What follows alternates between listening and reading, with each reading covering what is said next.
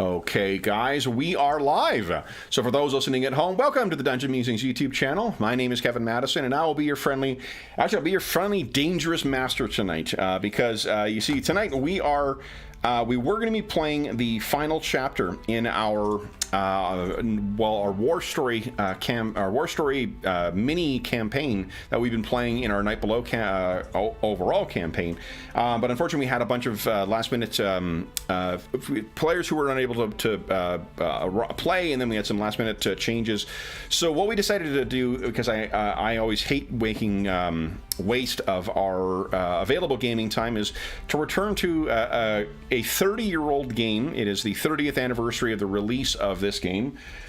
This is Gary Gygax's second follow-up, although I think it's the only one that actually has his name on it, to Dungeons & Dragons, and that would be Dangerous Journeys. Dangerous Journeys is a game that was released by Game Designers Workshop in 1992. It was developed between 1986 and 1992, originally under the title Dangerous Dimensions, but unsurprisingly, Gary was wisely aware that TSR may sue him if he released another game called AD&D. Unfortunately, changing it to Dangerous Journeys did not prevent the game from being sued out of existence within a year of publication, and then unfortunately a subsequent shuttering of the company that published it. And then this game has disappeared into the folds of history, gaming history. But if you want to see a more comprehensive discussion of the game, its place in gaming history, and some more explanations, I do have, there's a playlist on the channel for Dangerous Journeys now, and you can find the last session. We spent a great deal of that session talking about the game and the context, and the other games that were out at the time and whatnot. Tonight we've got much more limited time, so we're just going to jump in and start playing. And with me tonight are two of the luminaries of the Dungeon Musings, a YouTube channel, who have yet, now this is one of the games where I can confidently say that nobody has experience with this, because this game is a very, very obscure game. But I will ask you is for you to tell us what characters you're playing tonight, guys. So first up, we've got Jeffrey. Hey everybody, I'm Jeff, and tonight I'm playing John. She is a monk, and that's about all I know about her in a lot of ways. Yes, nice. And joining us as well is Andrew. Hello, everyone. I'm Andrew, and I am playing Gwen Jensdottir. Jensdottir, yep. Jensdottir. Oh, yeah, okay, Jensdottir, duh. I am not Scandinavian. I apologize. But I am German, so I'm a little embarrassed. But anyway. Also, you've been playing with someone whose original family name was Madsen. Well, yeah. Well, I mean, that makes so much sense now. Everything is becoming so much more clear. Yes. All right. So tell, and who are you playing? Who is Gwen? Sorry. A Norgan woman mercenary soldier. Nice. A peasant, it says. Yes. So one of the things that you have, you've got something on your character sheet called an SEC, guys. That is your social economic class. That tells you where you fit in the overall spectrum. So that's where that comes in. That's one of those things that can change over the course of play. Now, guys, let's. We're going to try something new, a different approach to learning Dangerous Journeys, and this time we're going to jump in. But for those who are joining us for our usual Night Below session, I do apologize for the late start. We had a little bit of last-minute changes we had to do, and then had a quick discussion about Dangerous Journeys. As the guys can likely attest, I am really keen to talk a lot about this game, and had to keep that to a minimum so we can get in and play something tonight. So guys, let me just quickly situate you where we are. This is the map of Europa. I mentioned before we went live that the setting, or the default setting at least for Dangerous Journeys Mythus, is this Earth. And Earth is sort of a pulpy ersatz version of the actual world, set around like late medieval, early Renaissance. But one of the things that, in addition to having a prevalence of magic that has run through its history, I think one of the most substantial differences is the absolute excision of any of the Abrahamic faiths from the history. So there's no Judaism, no Christianity, no Islam. Every nation has sort of a continuing on pagan tradition. I think this is Gygax's attempt to sort of do a pastiche of Howard's Hyboria, the sort of the Hyborian world, which had its own sort of cognates. Gary's are a lot easier to see, but technically, they are different places. And then, of course, there's with the prevalence of magic throughout the setting, it results in some different power dynamics between different nations and so forth. Only thing you guys need to know is the nation of Norga, a region of feuding thralls and Vikings. That is where our story is set for tonight. Now, the two of you guys, one of you is native to this place. That, of course, is Gwen. Zhang has come from far to the east and south, the southeast. She has a long journey and a series of adventures behind her, but where she found herself most recently was broke and in need of a job. Now, guys, do you want to tell us do you think that Gwen and Zhang sort of fell in together somehow in kind of a Fafhrd and Grey Mouser type way, or do you just want circumstances to throw them together? Circumstances will conspire to make them need to work together as well, but if there's a bond beforehand, we can set that up as well. What do you guys think? I mean, tell me what you think, Jeff, but the very first thing that comes to mind is if Jean it has some problems with money, and maybe ran into a collector or some sort of trouble that Gwen happened to see or notice, or maybe in a comedic way, Jean saw Gwen as they were trying to deal with something and kind of caroused Gwen into entrapping her to be involved in hey, you look big and brutish, you're going to intimidate these people for me. I don't know. That Jean relied on Gwen that way, you mean, or? Yeah, I don't know. It's a classic Disney trope of the little scrawny, roguish type that is in too much trouble, the bandit, or the scoundrel, and then so relies on one of my lazier iterations for prompting tonight's thing was going to be that you guys saw Zhang had stepped in to help some guy who was getting the shit kicked out of him by a bunch of people, and then they turned on Zhang and you guys came upon it.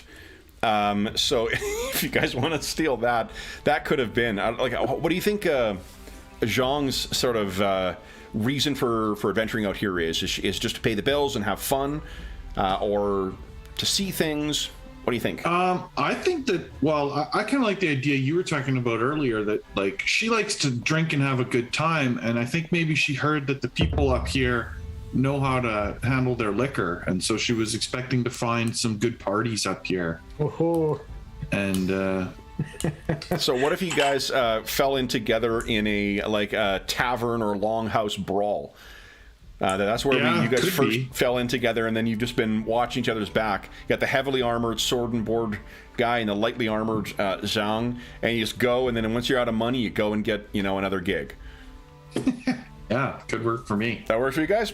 So that tells us then that it is your decision or your circumstances that sort of threw you into the danger that you now find yourselves. Let me briefly tell you about a thane named Ozer Sturtson. Ozer Sturtson was someone who, what the other thanes say, lucked into his money. He managed to make a raid on someone when, fortunately, his rivals were out a Viking.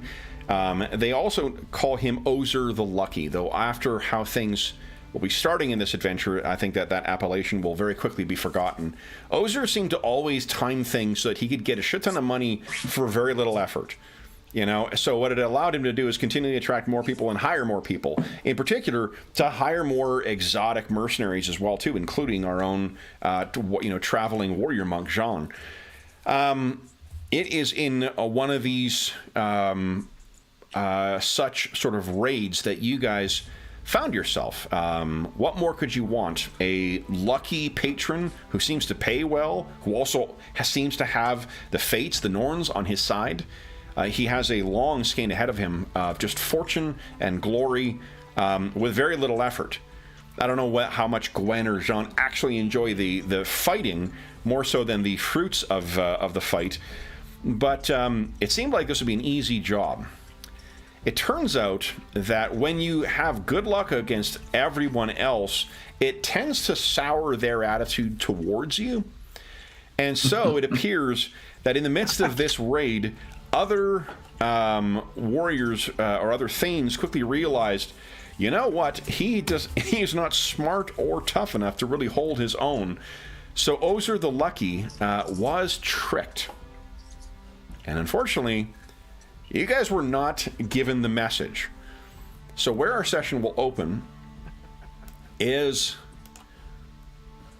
this here. Oh, shoot. I gotta let Steve know. I don't think he's gonna be able to play tonight because I don't have a character for him. Sorry, Steve. Oh, so, but I don't know about you. I didn't hear from you soon enough, so I don't have a character for you.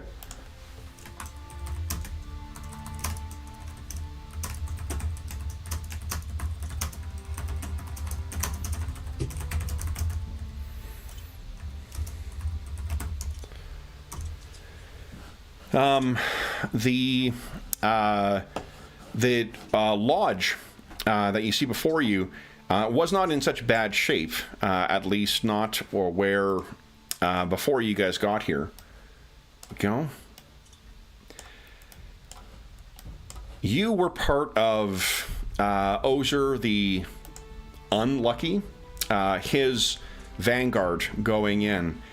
And it wasn't until the flaming arrows started coming down that you guys realized that you were not going to be part of the, get glory and bravery and whatnot from your riches.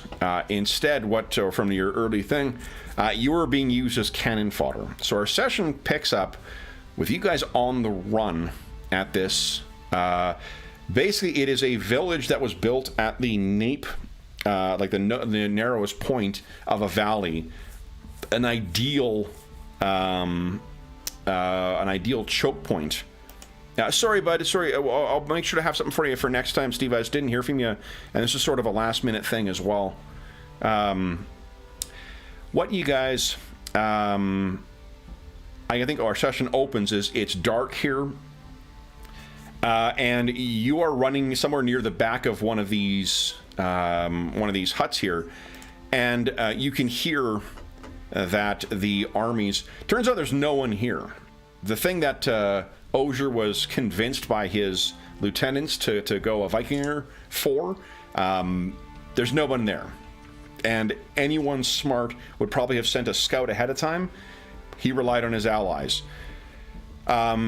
Ozer is dead. You guys have seen an arrow stuck right through his head, and you know that the rest of the valley is full of people who are eager to punish those who were, about to get rich off of Ozer's excesses. So there are 3 men who are very quickly pursuing you right now. These are not incredibly... Well, let's just drop in right there. So you can picture you're somewhere near the back. It's dark, but there are men with torches who are looking for all of Ozer's warriors. You can hear screams of the other Vikings and the other mercenaries being cut down. What do you guys do? We got to find somewhere to hide, Gwen. Yeah. And I'm not exactly subtle. No, you're not. So let's do this, guys. Why don't we start off with? So the way the skills work in this is they are often nested under other larger categories. So the actions you can take with them are often can be duplicated across different what do you call it, different skills. So for instance, like sneaking around, espionage might give you that, criminal activities physical might give you that, or if you've got another skill you think might apply, you could try using that. Just the difficulty of it may be different. Right. So what are you guys thinking? Alternatively, what you can just try and do is just, rather than making it a contested thing, you can just try and, hide yourself as best you can and hope that the others roll poorly on their, on their checks to try and spot you. Also, are some of them on horseback? Probably further back, yeah, and in the village. The ones that currently are pursuing you, the 3, let me find a quick handout for you here. Yeah, I kind of assumed they weren't if they're walking around with torches, but yep. Well, just because it makes it, you either have to. It's hard to run away when people have horses, is what I'm getting at. If Definitely. Right. So what you can assume is that the people with the horses, that's going to be back in, like anyone who tried to break their way out. There's a wall of Ozer the Unlucky's allies that have basically choked this valley. So if you really trying to escape this valley, you can try, like you're gonna have to sort of make your way over, but you don't know where at the narrowest point of the valley is the easiest point to sort of get over and deeper back. But right now, well, let's do this. Let's see how much you guys know about this. I think if you guys have, let's see here. Like how much we know about the valley or about the position we're in? Yeah. Let's see here. Current events is something you could try. Sure. Geography, I think, is something you could try as well. If you got and if you guys have any suggestions for other skills, please go nuts. Is escape? I'm assuming escape is more like literally escape from bonds of some kind. Rather than escape like is literally hide. escaping from bonds. Yeah. Yeah. Okay.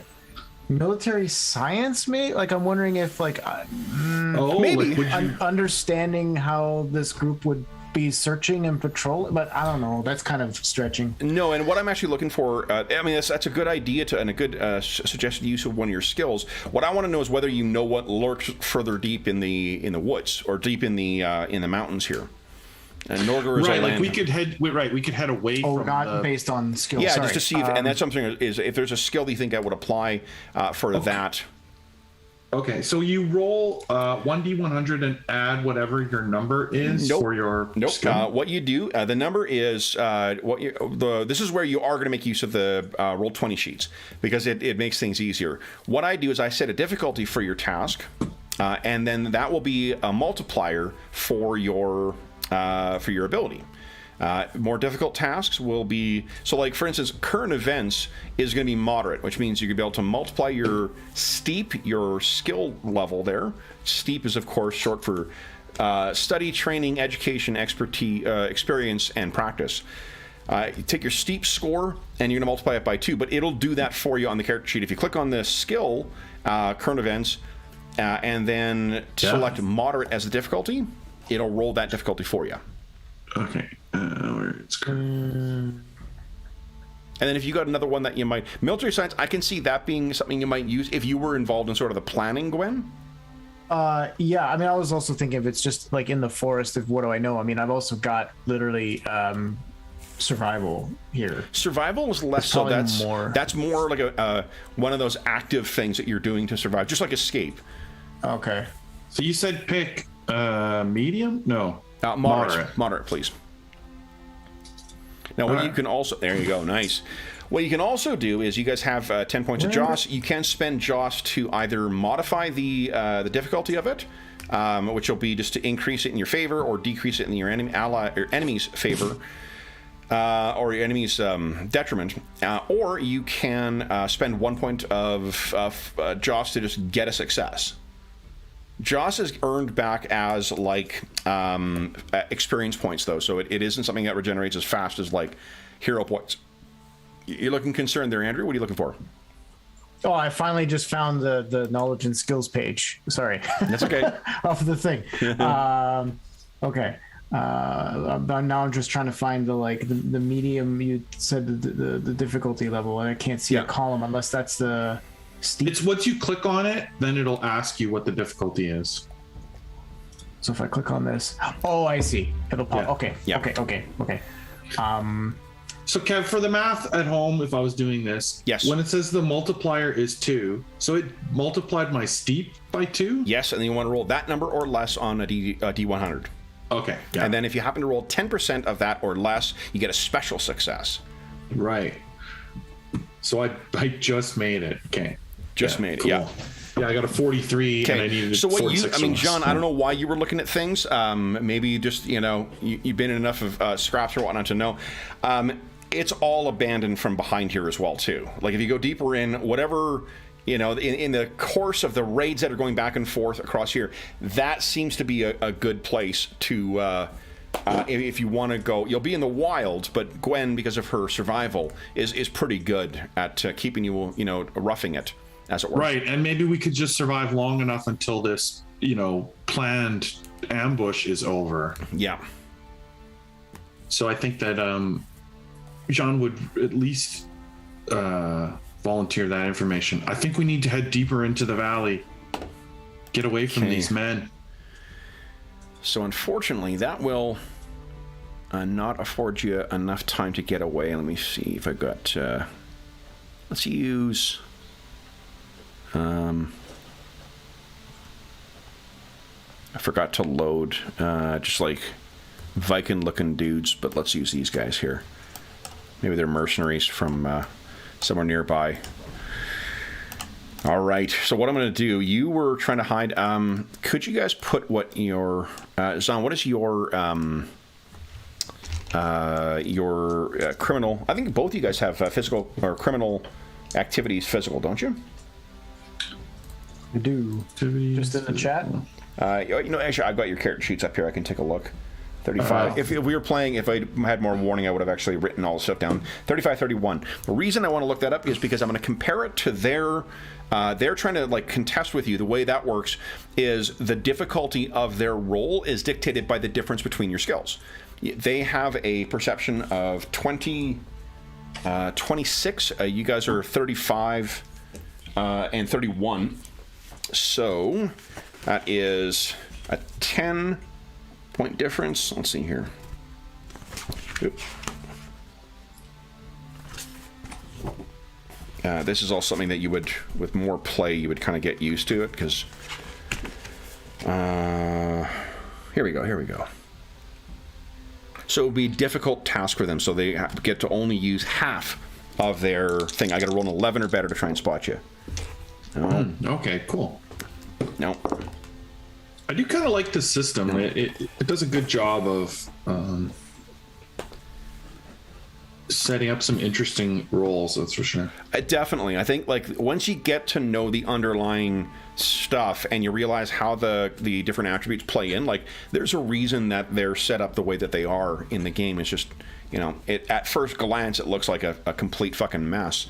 It just takes time. All right, so they don't seem to have spotted you, but it's going to be tough in order for you guys to get away from where you are. Find him! Get around here, look! I think, Gwen, you're the one who can understand what they're saying. Unfortunately, John, you don't speak Norse, and I don't think you've got a spell that allows you to try and understand that, or a casting, I should say, that allow you to do that.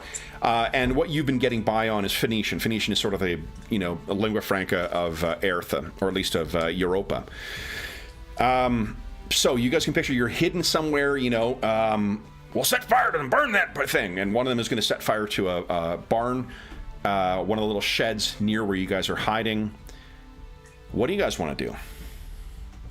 Now, again, one thing we mentioned before we went live is one of the changes in vernacular in this, or nomenclature, I should say, in the game is that your characters are heroic personas, or HPs, not player characters. The reason it's important that they're HPs, as opposed to that, is because you guys are a cut above everybody else. Not like D&D, where you start off as sort of a zero to eventually become a hero.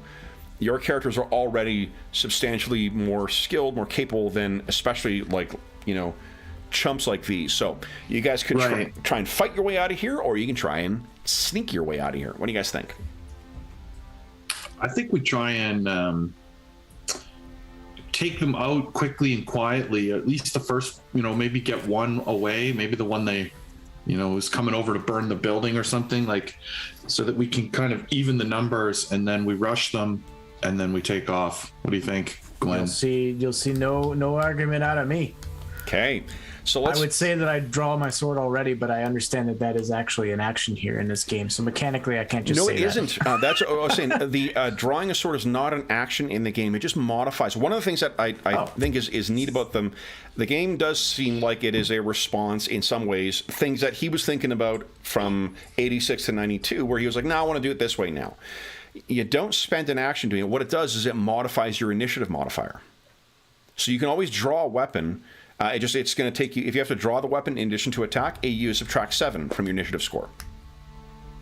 You can also move. Right, okay. You don't have to decide any of that shit beforehand. So I can give a little narrative flourish here and there, and it'll just pan itself out or play itself out in the mechanics. It is very much. You'll see once you guys get into combat that, like, combat in particular is very much more narrative focused. There's a mechanism that's going on. Like it is a crunchy game, but it is a lot. I think.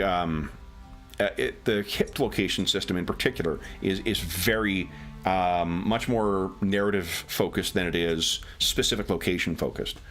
I mentioned this on the last game we played, but like if you've ever played GURPS before, one of the things you kind of get sick of is hitting enemies in the groin, because it sits at like kind of a sweet spot. So like even if you're trying to play a more serious horror game, you're like, awesome, another groin hit. Awesome, another groin hit. Right. So they just made it too mechanically. It was unfortunately situated in the random hit location thing. Now, so the way that if you guys do want to get a drop on these guys, the way that surprise works, and this is actually kind of cool. You normally make a percentile roll each, and then whoever rolls highest is not surprised. Hold on here. Let's see. But you guys you're going to be able to ambush these suckers, which means you're going to get a whole round of actions without them being able to do anything. At least if you can sneak up on them without warning them. So, let's assume you guys have your weapons out. I think as soon as arrows started coming down and killing your hireling, I'm going to assume that you guys did not, what do you call it? Did not, I'm just going to put all of them in one. Think to not draw your weapons. Gwen, you thought you were in a raid, so your longsword and your shield are out, but I'm assuming your spear is on your bow is on your back.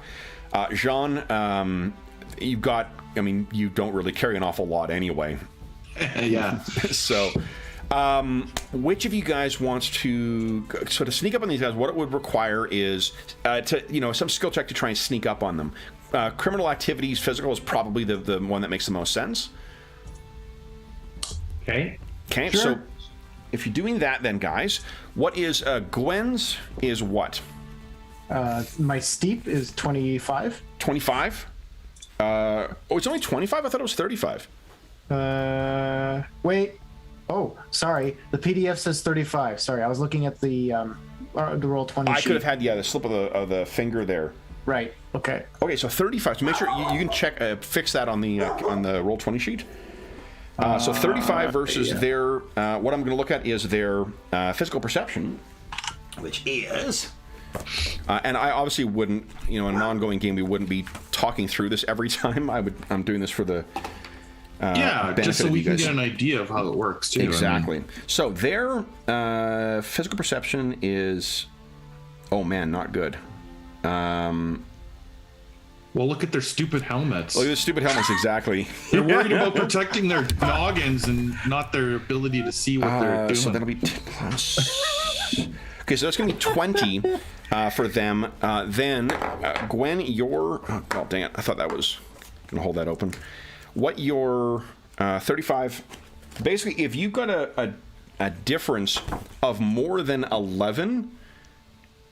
more than 20, then it becomes that. So 11 or more, it's an easy task, which means 3 times your rating. So for you, Gwen, go ahead and give us a criminal activities physical at easy, and make sure you adjust it to being 35. And then Jean, yours is a 31. That's also 11 higher, so it's easy. Special success. Holy shit, Gwen. So Jeff, I'm off to a good start. Why don't you give us a case? What that is, special success is the critical version of this.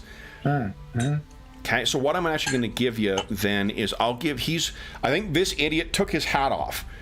You know, like they're like, oh man, like if we don't find him, it's going to be trouble. So basically, I'll give you a plus, as if you had like an advantage of position, plus 15% to your attack on this.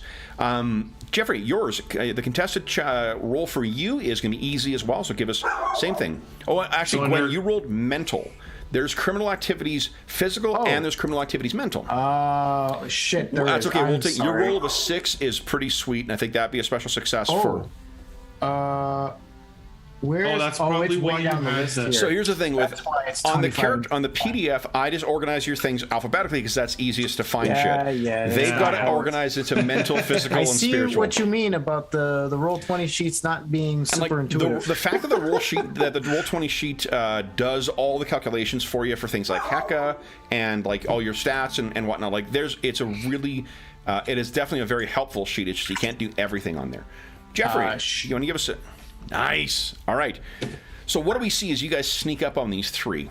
It's pitch black here otherwise. Apart from the fires that are burning in certain places and the dogs that are howling in the background, they brought their warhounds with them.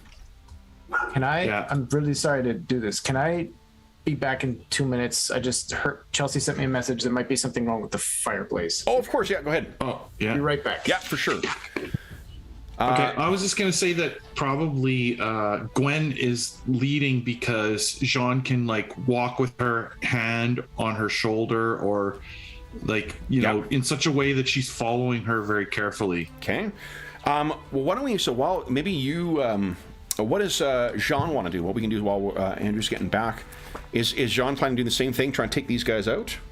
Yeah, I think that was sort of the plan is like get up behind them and jump them. Just so we go through the calculations once for this, I've got your turn order listed there.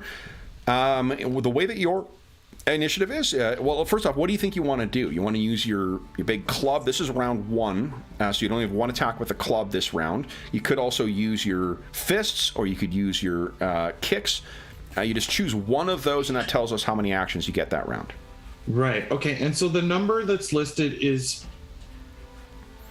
each round? Each round. You have 4 fist attacks each round, 2 kick attacks each round, 1.5 club attacks. Gwen's got 2 sword attacks each round. Oh, because the PDF says 6 and 3. Oh, maybe it is 6. I could be wrong. The PDF says 6 and 3 for the kicks, fists, and kicks. Yeah, that's probably right then. 6 and 3. Wow. So she can basically do like a flurry of blows, essentially. Exactly. And the reason for that is because of your height. Normally you would keep some of them to parry, correct? Yes. So let me tell you the 2 options you've got for non-combat. Okay, so this game separates or makes a distinction between blunt damage, things from like hammers or maces or any other kind of like club, and stun damage. If you suffer stun damage that is greater than your PN cap, then you are stunned for a certain number of rounds, meaning you can't do anything. Right. The reason that's worth knowing is because your fists they do lethal damage. If you choose to do a non-lethal approach, you have 2 options. You could try and grapple and try and get control over the people, or you can try and strike them and try and knock them out. Once you do, you've got either someone grappled or you've got them stunned. You can then disable them. You can disable a limb, an arm, or whatever else. Like basically take them out of the fight. Right. That's the non-lethal stuff. That is more of a contested thing. In this case, you've got no resistance. So if you wanted to try and choke out this guy, the stun amount of damage that you do in that one is not based on your fists, or your fist attack. It is based on your skill in hand-to-hand non-lethal.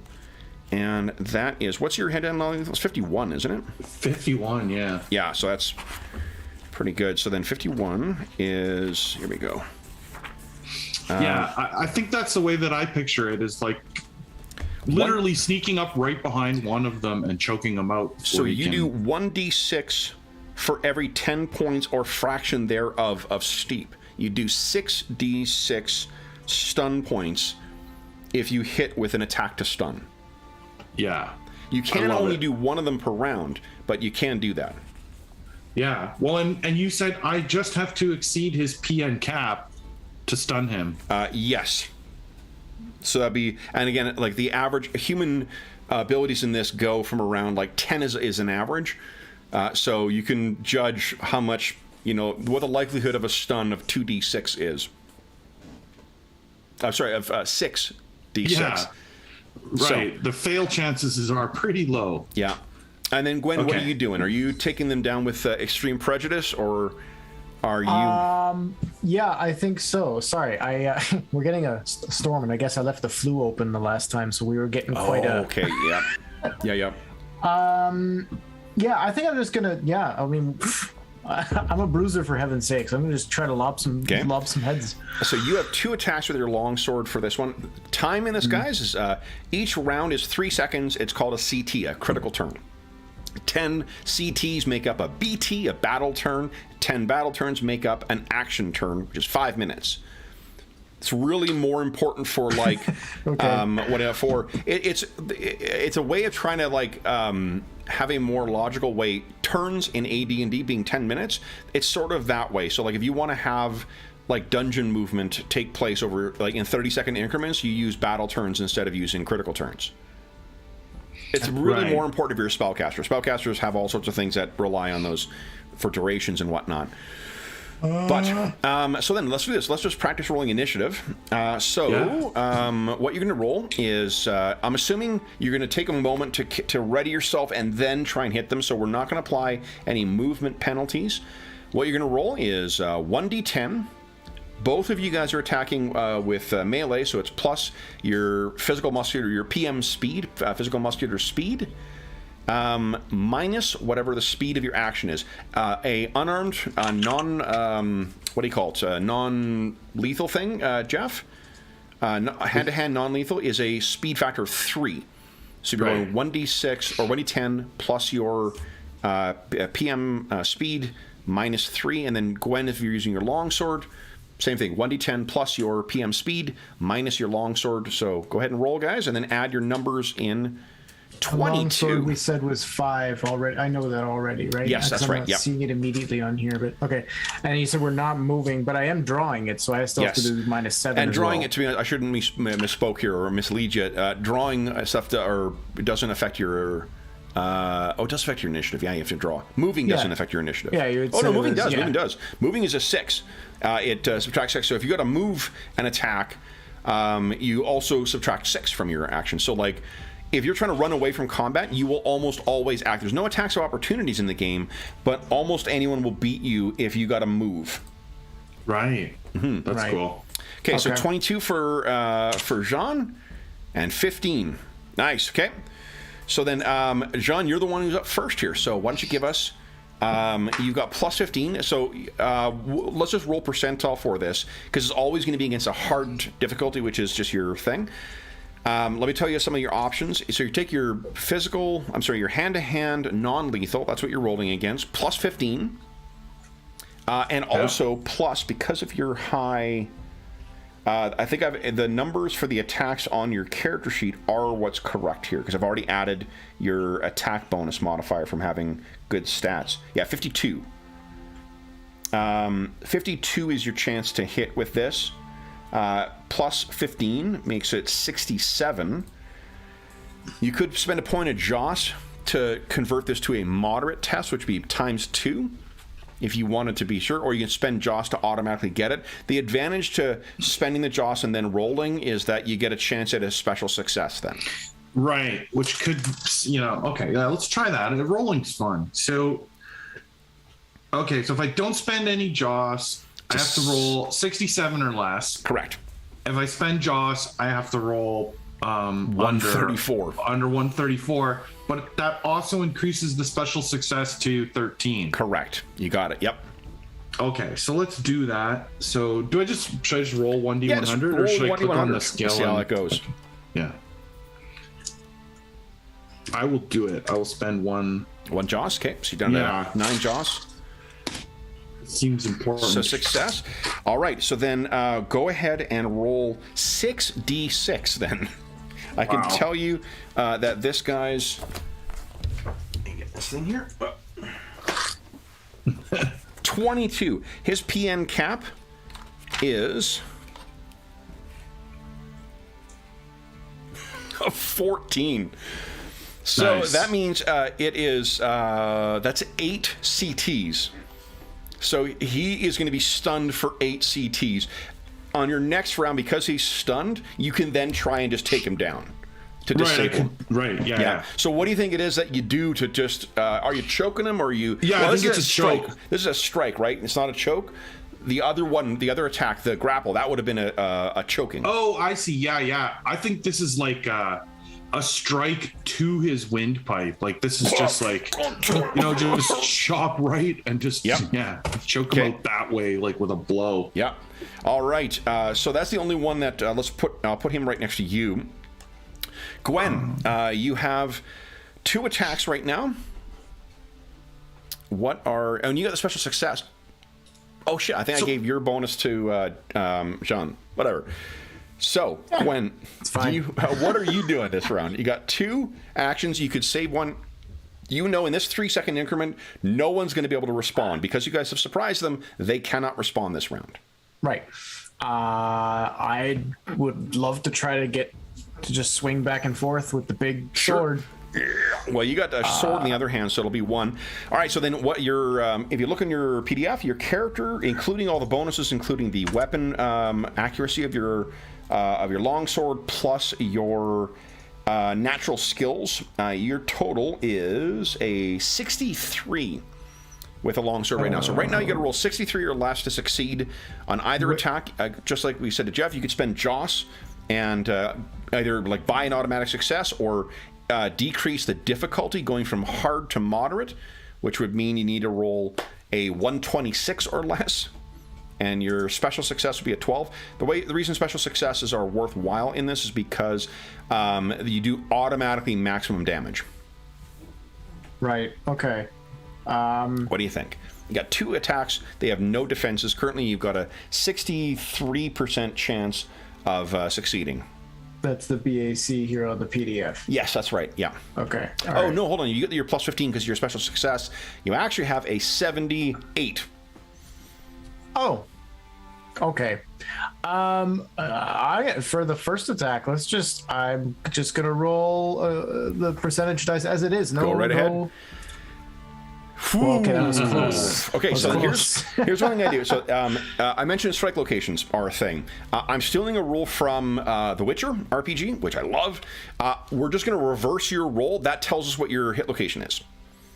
So 67, we know you hit, and a 76 tells us it's a non-vital hit, which means no multiplier for damage.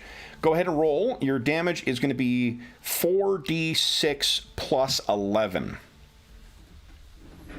Let's see if you can take this guy down in one hit. Oops. Shit. Yeah. Okay, let me just... Yeah.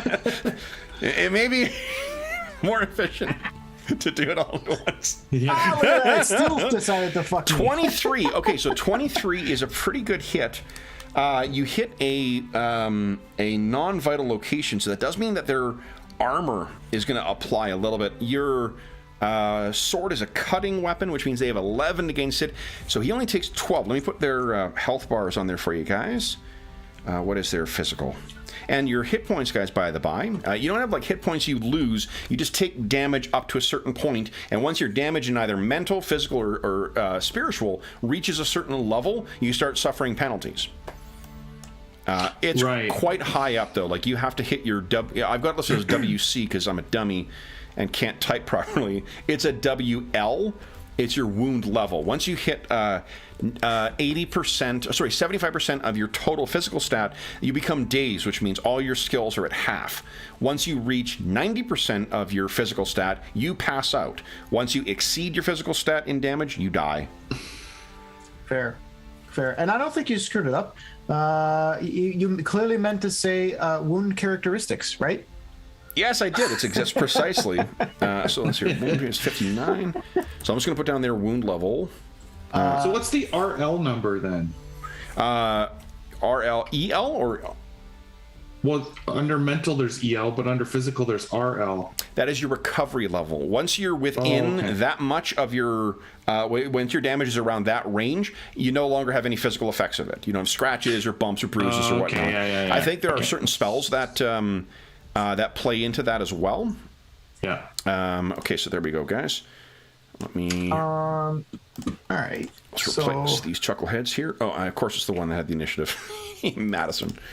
I'm assuming the second attack is after them, or is it now? No, it's actually just like Ash rules. You get to attack right away. Okay. There's an optional rule for doing that. So you only did 11. So this is how much it looks like from your first one. So that's now. Remember, you can also spend Joss to do like maximum damage. Once you roll dice, game's over. Like we take whatever has happened, but you can do like if you get a hit, you could spend Joss to do max damage. Whatever. I thought I only read it as reduce the damage. I didn't see it also says to increase the maximum. Yeah, why not? I'll use one of my. You rolled this time, so you. Oh, it's not per. It's per like action sequence. It's not. It's per action sequence, and attack. you have to decide it. All expenditures of Joss have to happen before the dice are rolled. One of the things that it's, it is a departure from the way we play with narrative metacurrency in other games. Is that like once the dice are rolled, you're stuck with it. But I think it adds that exciting uncertainty that can come with dice rolls, right? For sure, there's a cost to using it because you might use it and it becomes completely irrelevant because you scored anyway. Totally, and you can always buy a success, right? You can always spend it to buy a success. So if you really are feeling like your dice are cold one night, you could just do it that way.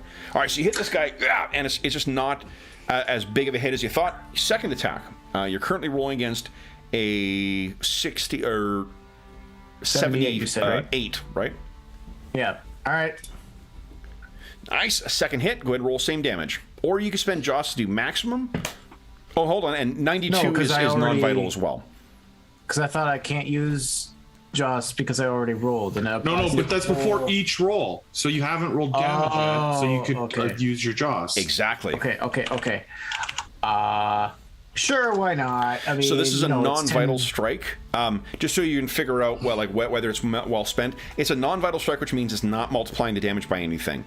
Right. I can tell it's a non-vital because a 92, anything over 40 is a non-vital. Anything below 40, so if you roll a 4, a 3 or less on any of your rolls, like a 3 is your ones digit, that's potentially hitting something more vital. And you could be multiplying by 2, by 3, or by 4, depending on what you hit. That's a good time to roll like whatever the first number is, forget it. That second number, the second digit, you want that to be under 4. At least, well, a 4 is 0. Like a 40 is technically a vital area. There's vital, super vital, ultra vital. And this is where I was talking about like the narrative stuff. So if let's say you had hit ultra vital, that's times 4 damage. It's not set to a specific location. So you just describe narratively what kind of like what way you fuck this guy up. Right. Okay. So at this, and this is interesting because at this point I can still make the decision to use a Jaws point to max the damage. Precisely. And that's important because now I know that the hit location means I'm not getting any modifiers. So I would actually say I'm not going to waste the Jaws point because max damage in this case is just going to be whatever I roll. It'll be 24. Yeah, is the maximum I can do. Well, precisely plus the 11. Whereas if I knew that it was a super vital or ultra vital, right, you might spend the Jaws to make sure you take them down in one hit. Exactly. Yeah, because I know I'm going to get max damage on times 4. Yep. Right. That's crazy. Yep. Okay. All right. That's really cool. Yep. Sorry, audience. And it's to try and make it interesting narratively too. Yeah. Kind of. And yeah, still keeping a game of it. Yeah. Right. Exactly. Like exactly. Yeah. So go ahead and roll damage. 20. Nice. Okay, so not bad. It's just 9 points of damage on this guy. All right, so I mean, you get 2 good hits on him. Just it's not as And I'll put let's see here. I'll put a color on here. Here we go. That's just stunned. Okay, so that is the end of our ambush round. Now we're gonna roll for surprise, and I want to quickly refresh my memory on how that works. So.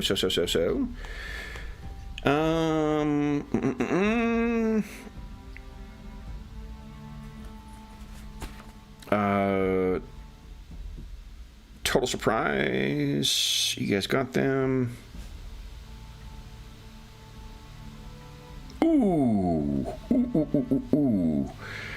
because Gwen got her special success on this ambush. Remember when you're rolling your seed? It means you guys get 2 CTs of free actions before they go. Wow. Now, again, I have Joss as well, too, so I could spend Joss to try and, fuck that up. These guys only have 1 point of Joss, and they're going to need it for other stuff. To stabilize their lives. Yeah. So, for instance, I'm going to spend a point of Joss to recover this guy. He's only got 1, and you guys can know, the way that the game seems to model, the whole minion mechanic is how much Joss they have access to. Right. So these chumps only have 1 point each. You can guess. They don't have names. I didn't even distinguish them with different pictures.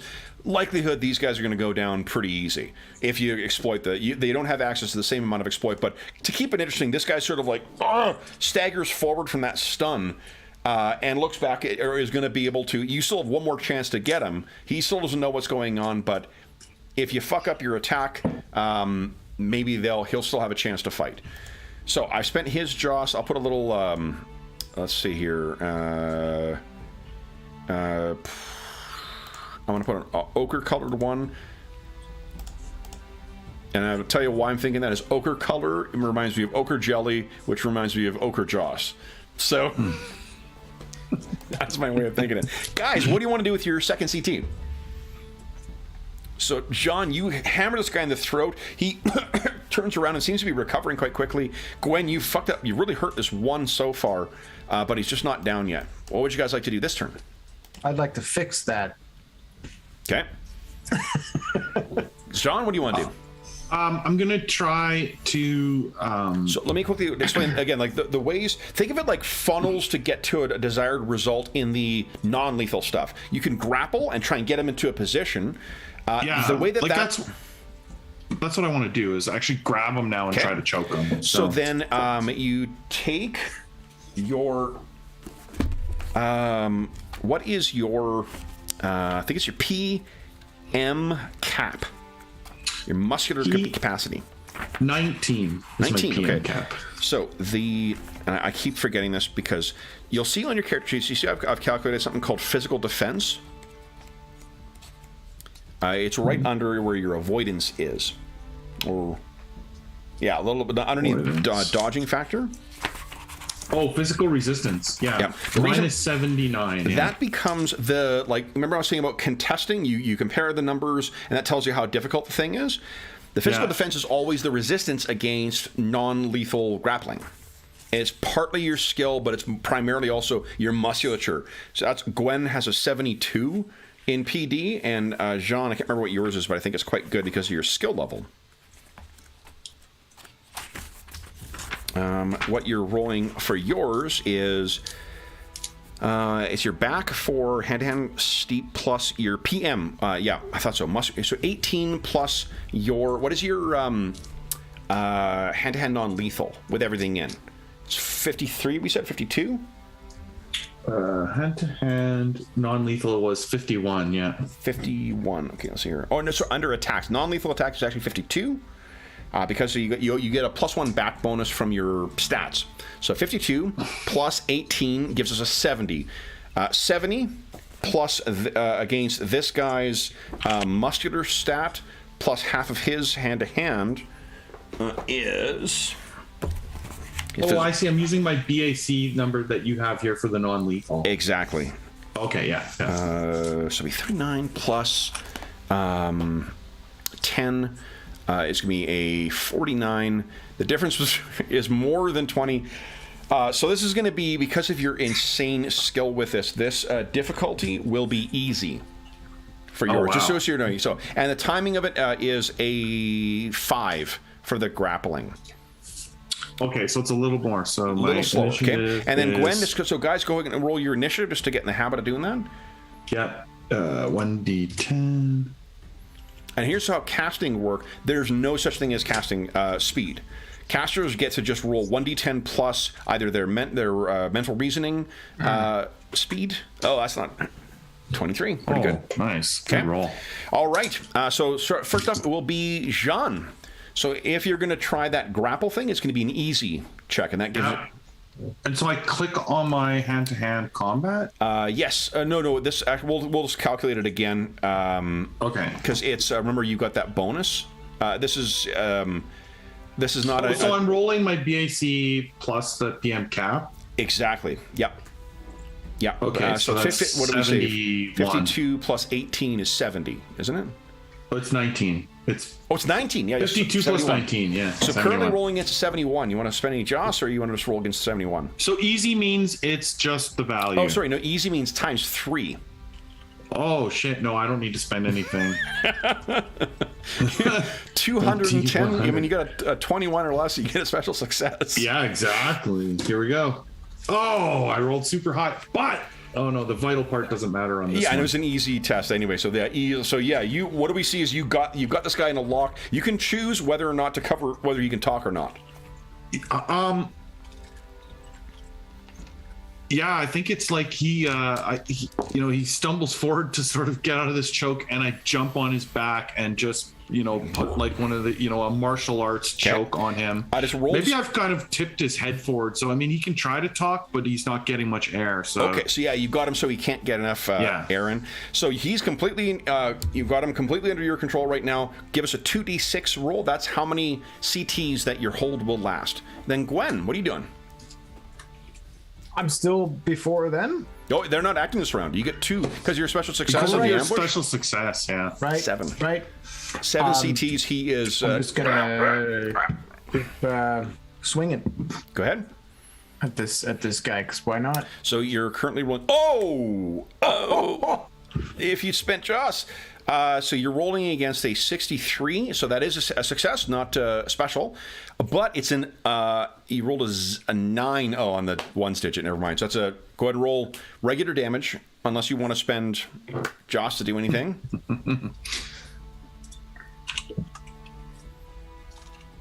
So let's see here. 26. That's another 15 points of damage. So he is. Hit him, and he's still staggering forward. You got one more attack. What do you want to do? I don't see any reason to. This tactic seems to be working. Oh no! Nope, it doesn't. 98 is a special failure. So. Oh, good. We get to learn what those are like. Yes, you do. Okay. Hey, look who it is. Oh, hey. Let me put a link in here. You guys may have some success here because there's a spellcaster who's about to join you. Yeah, he's probably gonna just get rid of this third guy for us. Oh my god, we were trying to figure out how Gwen and Alexander got together before. There we go. Okay, let me bring Alexander's thing over here. Let's see. Did I let George in? Yep, I did. I'm Oh, in. awesome. Hey, George, everything Thank you. okay with... Yeah, he's good. It was just an ear infection, but it was just... Absolutely, His yeah. reaction to it was unlike anything I've ever seen before, and he's had open heart surgery, and it wasn't like this. So, No, that's... And I mean, this is... So- The erring on the side of hospital is always a good thing. So, here's a situation, Yeah. George, in a very big nutshell here. Alexander hired on with a Thane known as Ozer the Lucky. Turns out he wasn't very lucky because after a whole bunch of successful raids where he just lucked into a whole bunch of money and hired a bunch of mercenaries, all his allies were like, you know what? Fuck this guy. And you guys were part of the vanguard that went in. What you can see right now is there is this small Kitai woman, an Asian woman who is sneaking up with this giant, burly Norgan warrior. They have the drop on these 3 guards that are here. They've got, I'm going to assume you've been lurking in the background and watching this go on, so why don't you tell us, they've got 2 rounds of, 2 CTs of, what do you call it, of surprise on them because they rolled a special success on their ambush. So I'm just going to add Alexander into the turn order here. Why don't you can tell us after Gwen finishes taking her actions what you choose to do with yours. You got full. Your Heka is going to be at full. Your Joss is going to be at full. If you've got any like held spells that you think that he would have had knowing he was going into a raid before he was betrayed. you can go and do that. The guys have not seen you yet. So Gwen, are you at your second attack now? No, that was my second attack, wasn't it? Oh yes, the special failure. Right. Yeah. This is Yeah, we got to find out how bad. Yeah. for we're those excited listening at about home. This this. is some quality players who will, when the DM gets distracted and forgets the critical failure, will still say, "You know what, Kev."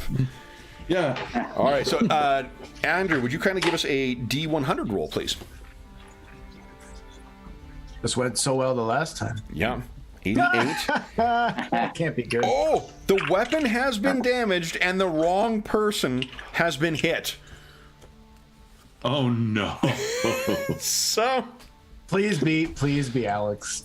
I think it's got to be allies. So the thing is not broken. It just means each weapon has a certain durability to it. We'll figure out what the damage would be normally, but I think you hit Jean. It's non-vital, but give us a 4d6. What is this? 46 plus 11 is your damage? Yeah. Well, don't worry. I mean, Jean is a monk, so she's got tons of plate. Oh, wait.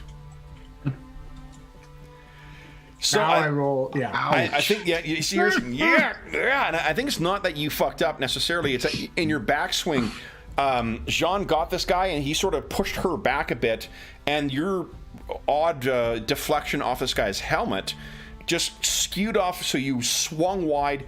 Jean, you take 23 points of physical damage. Sorry. There you go. All right, and then Alexander, you've had one CT. You've seen them jump in and try and take these two guards out.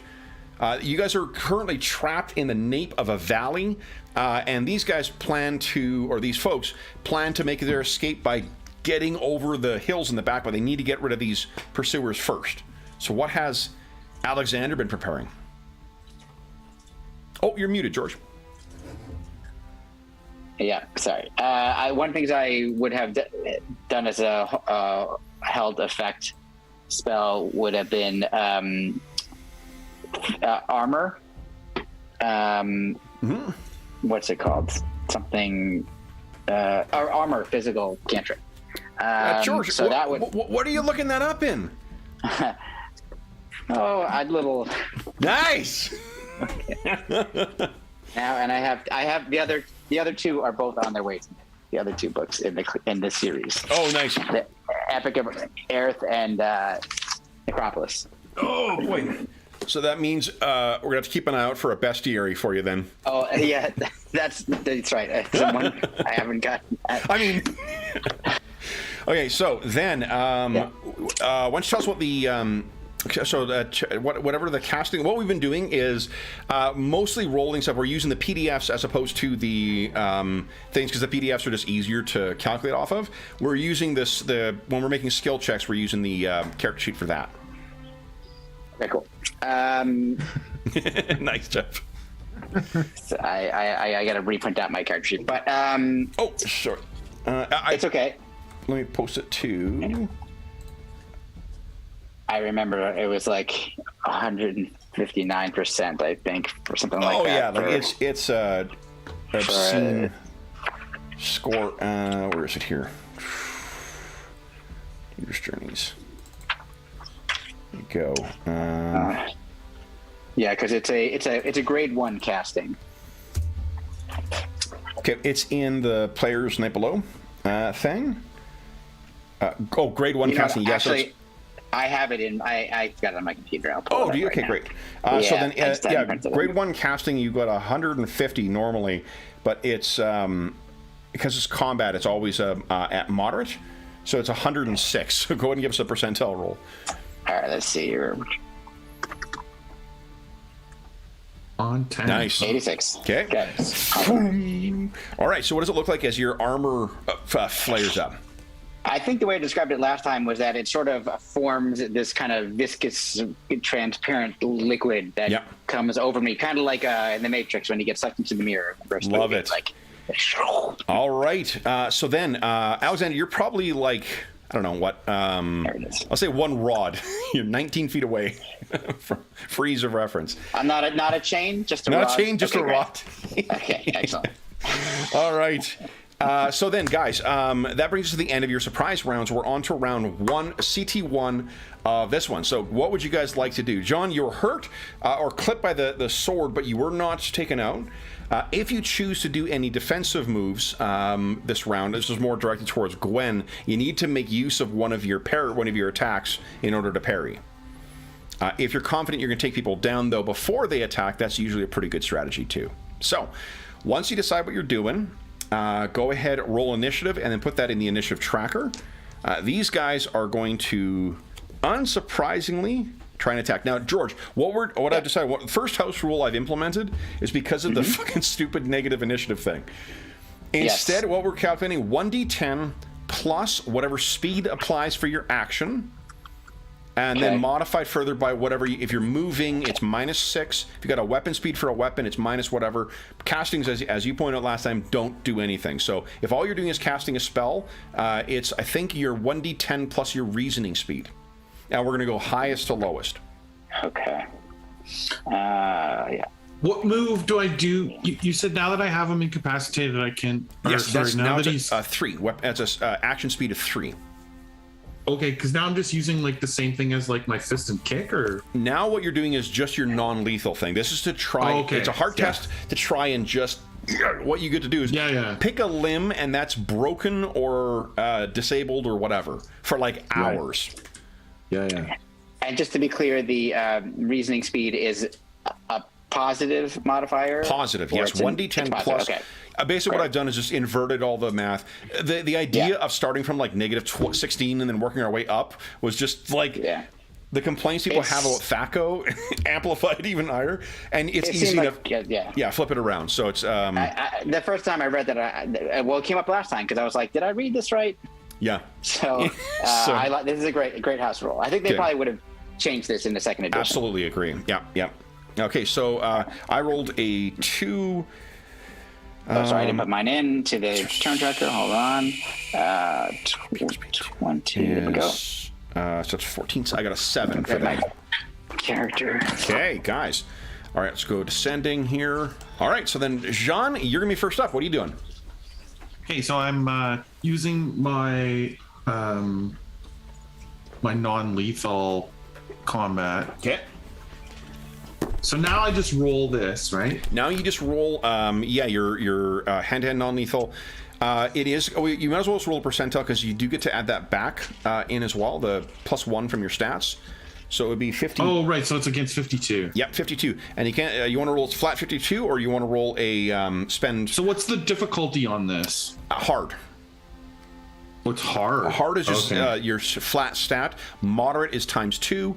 If you open up the character sheet, it shows you like a bunch of other optional steps of difficulty.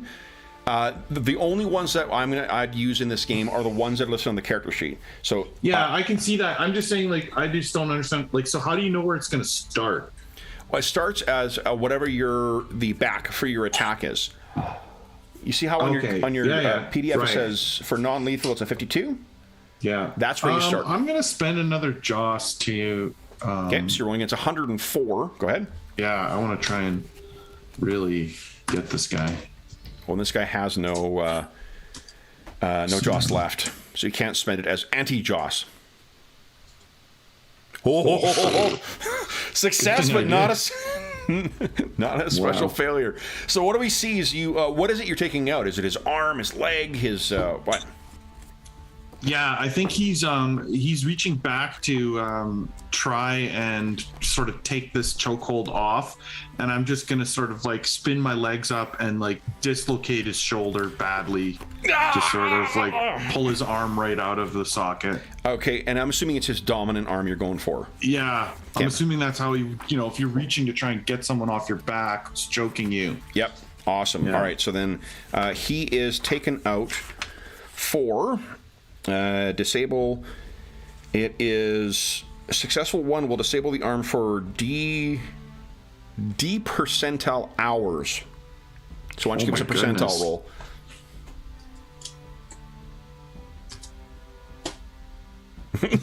Holy shit. It's like 3 days for this thing to heal, yeah. He staggers back, he drops the sword he had in his hand, and and I think the lantern falls to the ground as well.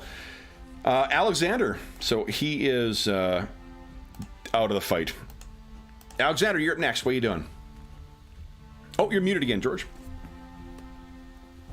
I keep doing that because my external microphone is broken, and I normally have a button that I can mute and unmute myself very easily. But I'm going to cast a Heck of Darts Charm. Okay. In excess of what it normally costs, I'm going to spend 50 more, which gives me 5 darts. Okay. So then at the start of the next turn is when, unless you're interrupted, that's when this will manifest. Go ahead and give us your casting check. Yes. Go. And just for reference, it's a 159. Yeah, and it's at moderate. Okay. There we go. Moderate. Go. Awesome. Yes. Yep. Okay. Right. So these things begin forming around you. Then it is Gwen's turn. You got 2 attacks, Gwen. Do you want to save? Keep one in reserve? You want to attack both? What do you want to do? I'll swing once and then I'll put my shield up just to. Okay. So here's a cool thing I'll tell you about parries. Just because I really like this rule. The way that you determine the difficulty of a parry, if you choose to spend, and only if someone hits you, that's when you decide you want to parry. The difficulty of the parry determines determined whether you're using a weapon or a shield. A shield always improves the difficulty rating in your favor by 1. And only shields can block arrows.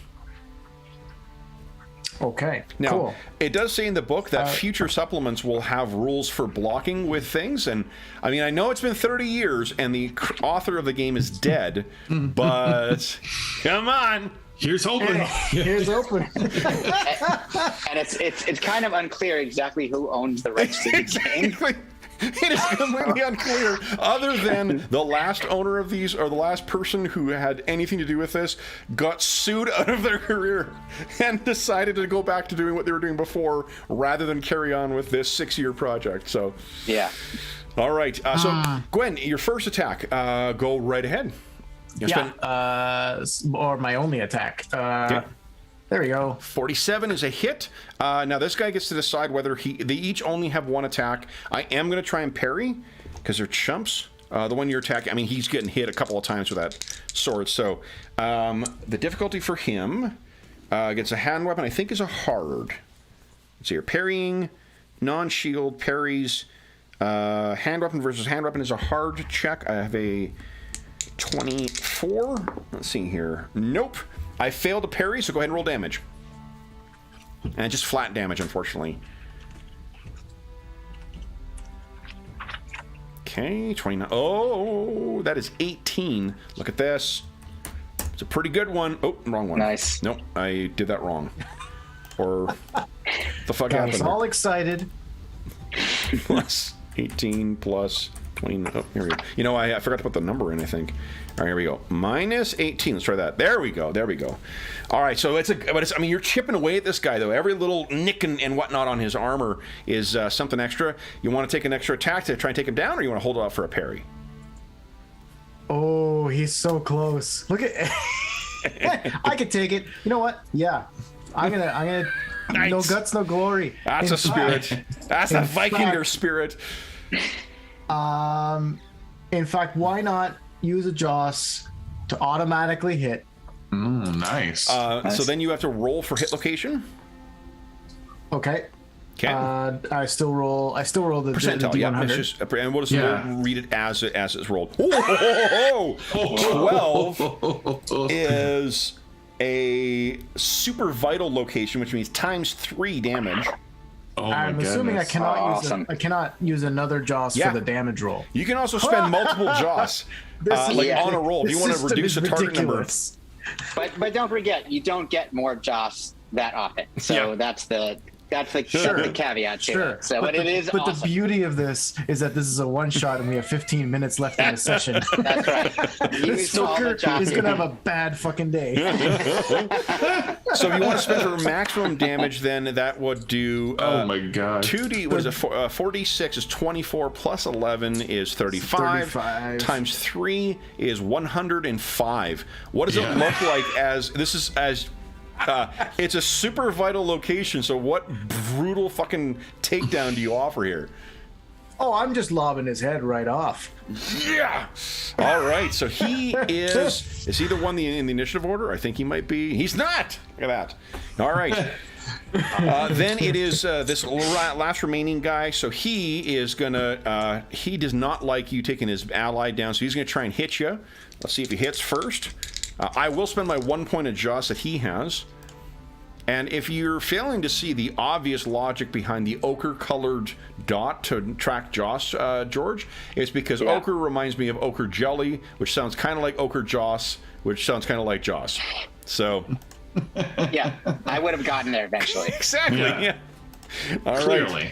right. Okay. It may have involved a cork board and a bunch of string, but you know, I mean, you get there eventually. All right. So I got to roll. I'll roll in chat for you guys because that sounds fun. All right, so I got to roll against a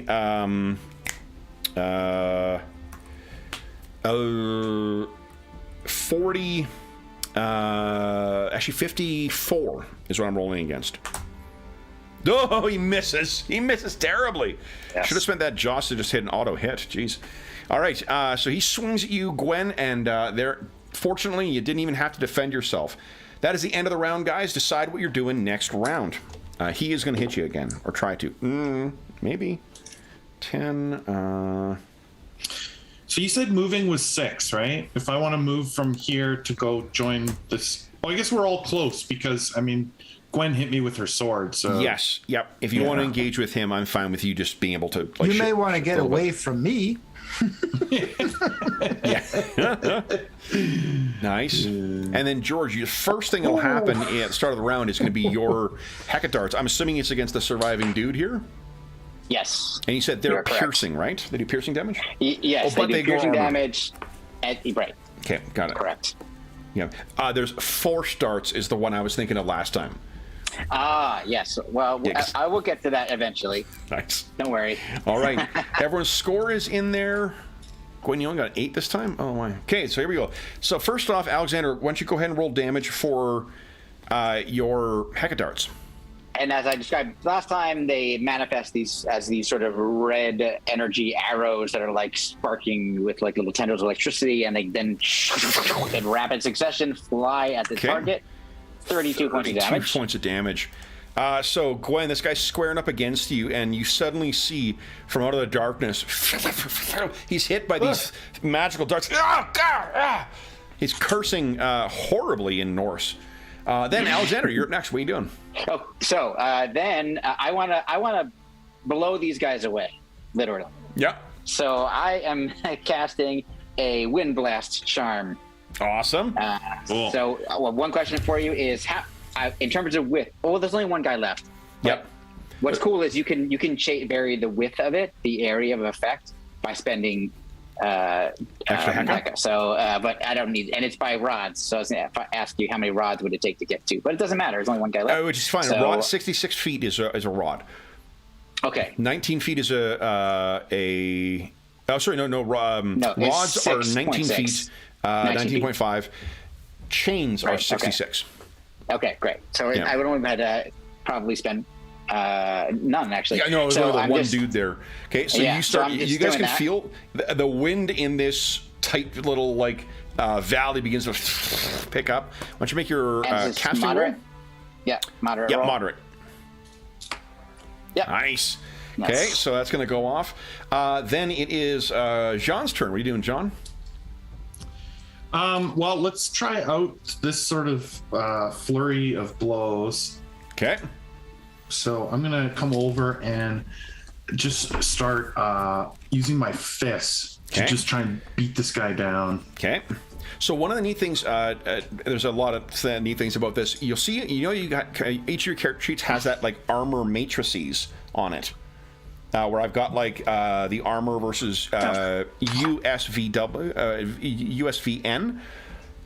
For Jean and for Alexander, it's 0 for those things. But for Gwen, it's actually different depending on whether she's got her shield up. Like, in addition to parrying, you see that number in brackets, Gwen? Sorry, where on the PDF? First page underneath armor PDF, type. sorry. What those tell us is what your armor rating is against things like piercing damage, cutting damage, blunt damage, and the brackets is when you got your shield. That automatically also reduces damage in addition to giving a really, it's a useful tool for parrying. So -4 and -6, you mean? No. See the chart that's under there. You see where it says pierce? USVN. Okay, sorry. Yeah. That's okay. So USVN. The other thing is different pieces of armor can cover different spots. So there's a reason to wear a helm, and there's a reason to wear whatever else. And you guys ready for some really good news? There's no encumbrance in the game. What? Wow. Yeah. That's I mean, nice. I tell you, it's something you can house rule, and it's definitely something that Gary encouraged you to monitor. So if you have a character, the Boba Fett character, as I like to call them, you can certainly try and apply some sort of penalties, but there are no encumbrance rules in it. You sort of use your own judgment for what is reasonable and unreasonable. So, that said, you might want to look at also your resistance to electricity. You're not reading wrong, Gwen, because you're wearing metal armor. It is a negative number, which means that any electrical attacks actually add damage to you because you're so effective. I mean, that would make some sense. Yeah. Stay away from Thor. Yep, or lightning spellcasters. So are these punches hard? These punches are blunt. Yeah, they're lethal. So they're blunt damage. No, like the difficulty's hard. Oh, by sorry. default. Yes, yes. Difficulty is hard for each of them. Yeah. Right. So I'll just start. So if the first one, What is I it? need to roll. 50, so it's 52. 52. is my- Yeah. Okay. That's a hit. A hit. Now, hold on. This guy can't choose. So he uses parry on you. No, he's gonna let you hit him. So go ahead and roll damage. Oh, that might be a mistake. That's a vital location. Oh, it is nice. It says times 2 Yes. damage. Go ahead and roll and. He's too scared of the big girl with her sword. So my punch does 2d6 plus 7. Okay. There we go. 2d6 plus 7. And then times 2 because of the vital location.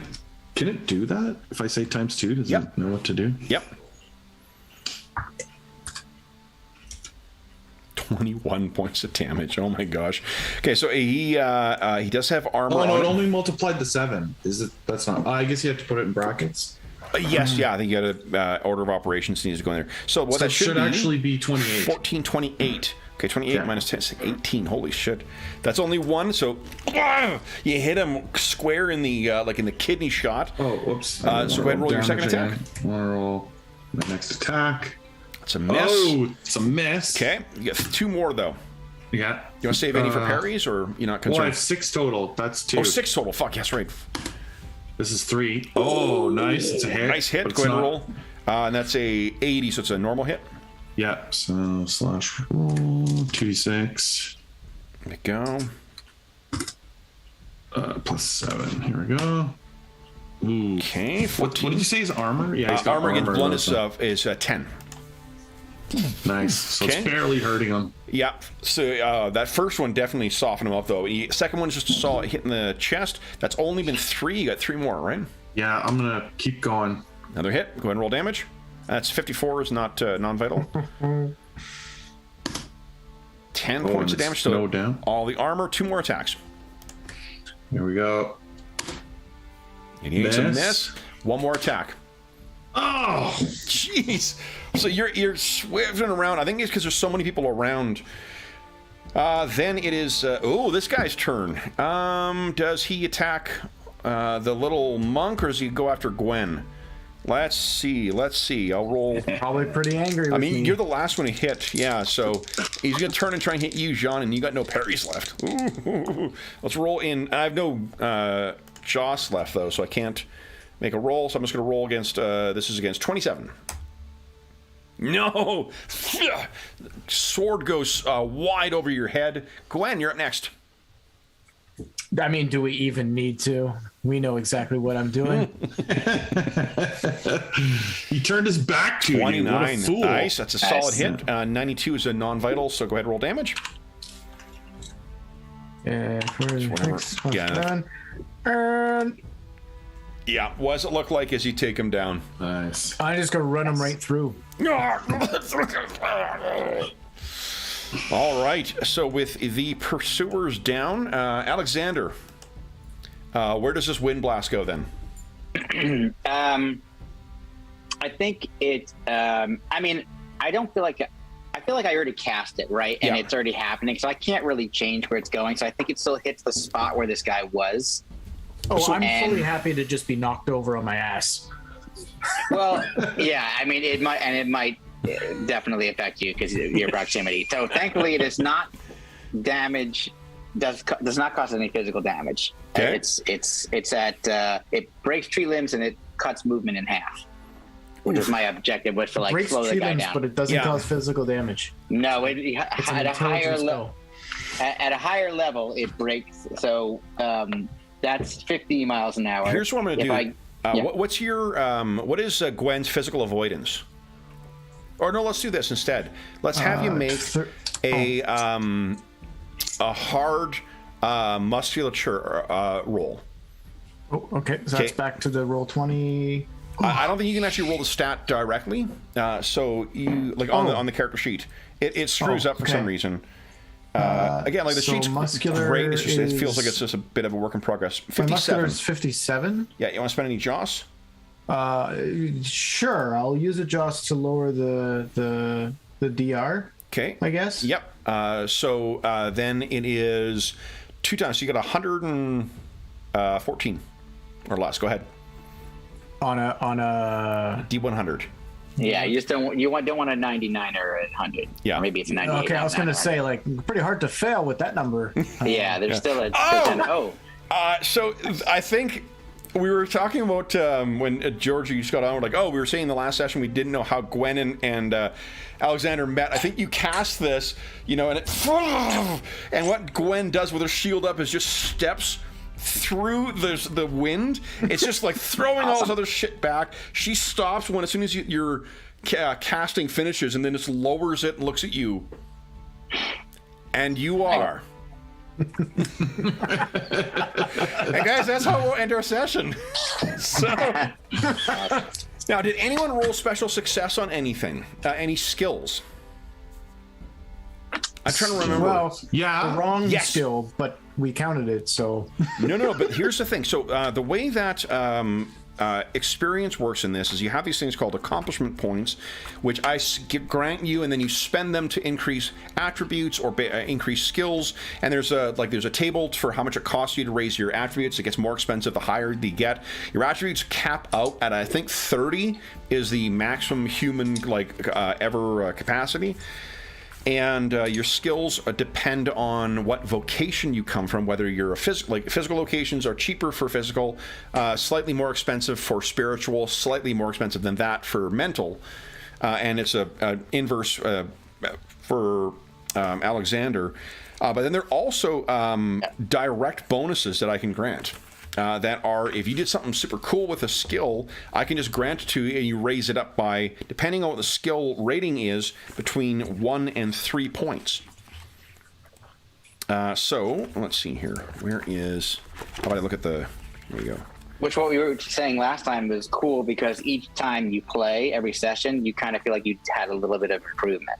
Absolutely. Rather than sort of waiting for I'm not saying this is better or worse. It's just a interesting, different approach instead of waiting for and this happens in other games too, like RuneQuest, etc. But instead of waiting for a new level, then getting a bunch of stuff, it's sort of like you're depending on what happened in that session, very much like RuneQuest, you might be changing some of your statistics, which is cool.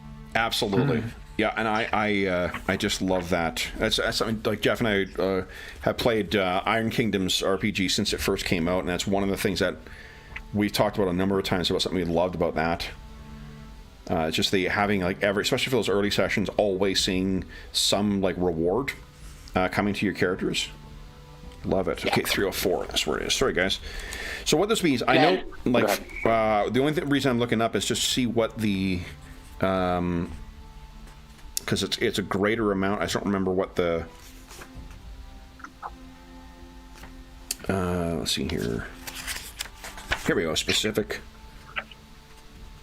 Nice.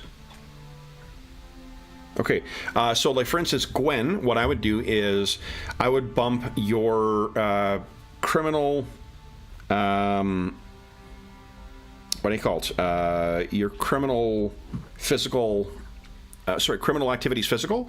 I would bump that up by 2. So your skill would just flat go up by 2. Anyone else roll any extreme successes? Not this time. I think I've now. No, everyone else swinging Josh to sort of mitigate that stuff. Okay, so then also what you would do is your accomplishment points to actually, to spend and whatnot would come at the end of the adventure. So, and in like an ongoing campaign, you sort of have to pick where that's going to be. If it was an ongoing game like the way we often play, what I'd probably do is just figure out what a fair prorated rate would be. But it would probably be, I think it's like between 5 and 10 is what they suggest at the end of each.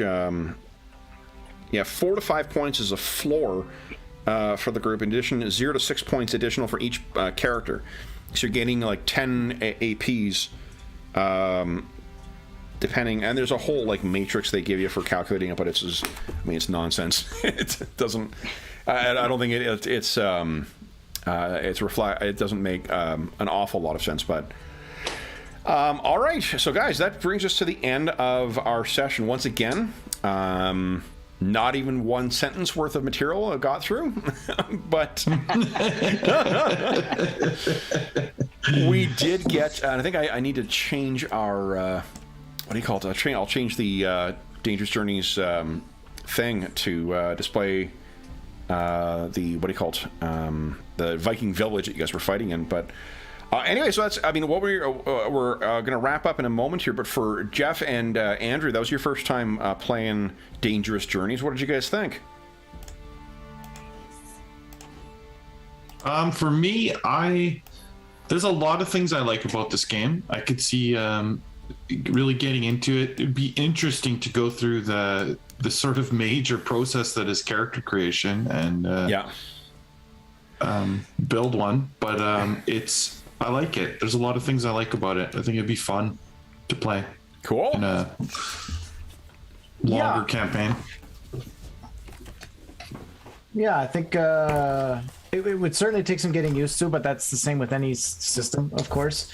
I appreciate the PDF because the character sheet's a little janky here, but that'll take getting used to too. But I really love I like the ability to play with the narrative, and it seems like an interesting attempt to marry using metacurrency, but it seems like an interesting way to try to marry narrative creativity with mechanics in a tangible way.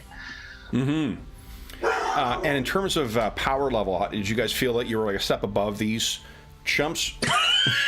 For sure. Yeah, for sure. Kev, one thing you might have mentioned it, I don't know if I heard. Yeah. When do you get Joss, or you just sort of mentioned that it's not Joss is for success. often. Like, I would probably give you guys each a point of Joss for having defeated these enemies.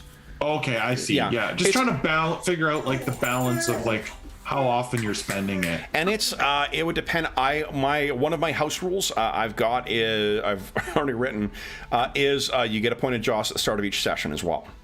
Oh, so that's cool. Because I recognize how valuable and how like not game breaking that hero points are, so like I'm having run a lot of games that make a liberal use of narrative metacurrency, and like PF2 is a really good eye opener for being like, oh, you know what, like it is not punishing. And for the thing I really love about this is that the enemies get Joss as well. So like for the named characters, like if you're fighting a big, my John McBad guy, character, I'm going to have a big bucket of 10 Joss probably. So that means that I can actually, that particular character can affect things, and because characters can spend on other things, I can spend minions Joss on that character.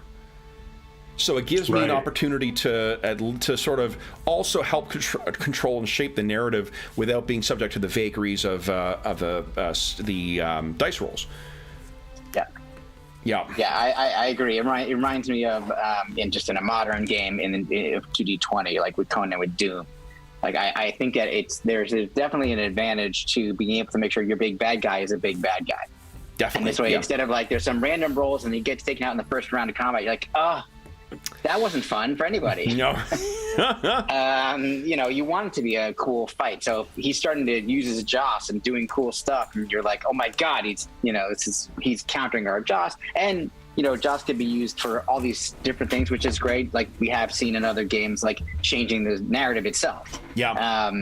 I love all the options that the Joss has. That's really fun. To me, the biggest, I agree with Andrew in the, like, you know, learning this, and Jeff said it too, that learning the system is kind of the one thing that is the barrier to entry on it. And partially to me, in continuing to look at the books and try to understand it better, because I'm fascinated by it, it's the nomenclature that really is the biggest hurdle. Yeah, and like for me. I started writing out my own version of a character sheet where it didn't have, you know, cap. You know, like it's just written out what that is exactly, so I could remember, because it makes total sense when you know what it is. Like your mental reasoning speed. Yep. Okay, now as a game master, a dangerous master, I can you know, say, you know what, I need you to make that kind of roll for this, or whatever it is. It just makes it a little bit easier, I think, if you know exactly, instead of trying to translate, like, what does that mean again? And obviously, as time went on, you would remember what those things were.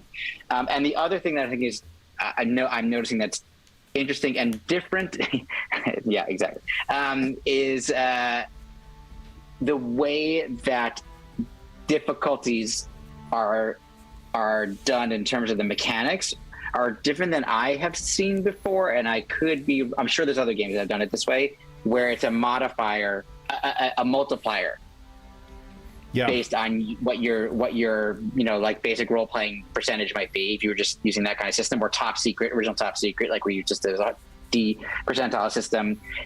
Instead of saying, oh, minus 20% plus 40%, whatever, it's a multiplier based on what the difficulty level is. And so wrapping my head around that, like, it's a major difference between something that's easy and something that's hard, you know, and you know, something that's extreme, like it's like, oh my god, it's not even doable. But the math of it, I'm glad that that Roll20 is taking care of that part of it. But I think it's a really interesting approach. So I'm learning a lot more about the game as it goes, and I do think that a lot of it is the last thing I'll say. A lot of what makes it a little bit inaccessible is the you know, clearly their intention to create a multi-genre role-playing game, and since this was the first one, this is where you get for the first time what the system is. So by the time you moved on to your second or third system, you get it. You already understand how the system works. But this is like your first entry point, and it just takes some time to get into it. But there's something about it I think is cool. With all the warts and everything. Well, and that's a thing. Like, I think one thing I mentioned last time is the nooks and crannies. Like it's a game that was on my white whale list for a really long time, just because it was, you know, as a kid we saw ads for it. It's got Gygax's name on it, and then it became that, like, we never got a chance to read it. So it's like, oh man, what's that gonna be like? And the thing that I find, the way I described it before was that it is more difficult to learn than other games, but it is rewarding with mastery, because you get to, like, once you learn how certain things work and how to intuit things in the system, that helps. But also, like, for instance, you know, with Jeff's character, your character has points in, I can't remember what it's called, a system or something like that. What is it? Where is it here? Again, like the Baroque naming in this is just bonkers. I would love to see a version with just like a common language version or something. The difficulty there then is, I guess, like if you went with that, then what you'd have is 18 stats with different names. Like the names are complicated, but when you know what they are, I need you to do something that is muscular quick. So that's going to be muscular speed. I need to do something where you're applying your just raw power from your muscular. So that's muscular power. You know. Or Jeff, do you just mean not having the sort of, they're not acronyms, but the shortened, like, language that you're not sure what it means? Right. What do you mean, like? Right. Yeah. Like, there's the character sheet has I don't know, 40 acronyms on it. Yeah. And so to start out, that's a lot. And like things like, I don't know, I guess, and then when you add the fact that you have like Joss and like a few other weird terms that you're adding onto that is what like sort of compounds that. Definitely. But I think that once you get used to that, this is the entry level is the level of complexity. What I was going to say is that when I was looking at the name of it, that apotropism, well, and by the way, we talked about this last time. He had to change all this nomenclature to make sure he didn't get sued. And I mean, it worked out perfectly. Yeah. Yeah, it worked out perfectly. It was worth all the effort. Yeah. So the apotropism, that whatever that thing is, what that lets you do is, it's the like exorcism is the trying to cast a spirit out once it's in someone. That other one, apotropism, or whatever, is like guarding. It's like warding, basically. And the neat thing is, because you've got a skill in that, Jeff, what that would mean is looking at the core rulebook. What's your score in that thing? Oh, sorry, I closed the 21 PDF, in sure, it. yeah. What that tells us is, I think it's a mental skill. And this is the way it works for all these like Heka granting skills. With a 21, you're able to make a warding gesture, which provides mental or spiritual armor against castings directed against you, which is really fucking cool, because normally if you don't have the ability to make use of a casting, you don't know. You know that, like how Alexander was spending 1 CT to start casting a spell? The way that certain spells work, they spend 1-2 to link to you, and then the second one is when the whammy comes. And if you don't have like training or whatnot, you just simply cannot do that. You don't know it's coming. You try and judge, like, oh, that motherfucker's chanting and whatever else up there. That base level of apotropism gives you is that you're going to sense that because of your skill, and then you can also, because it's 21, you can create a sigil for warding against hostile evil creatures and spirits.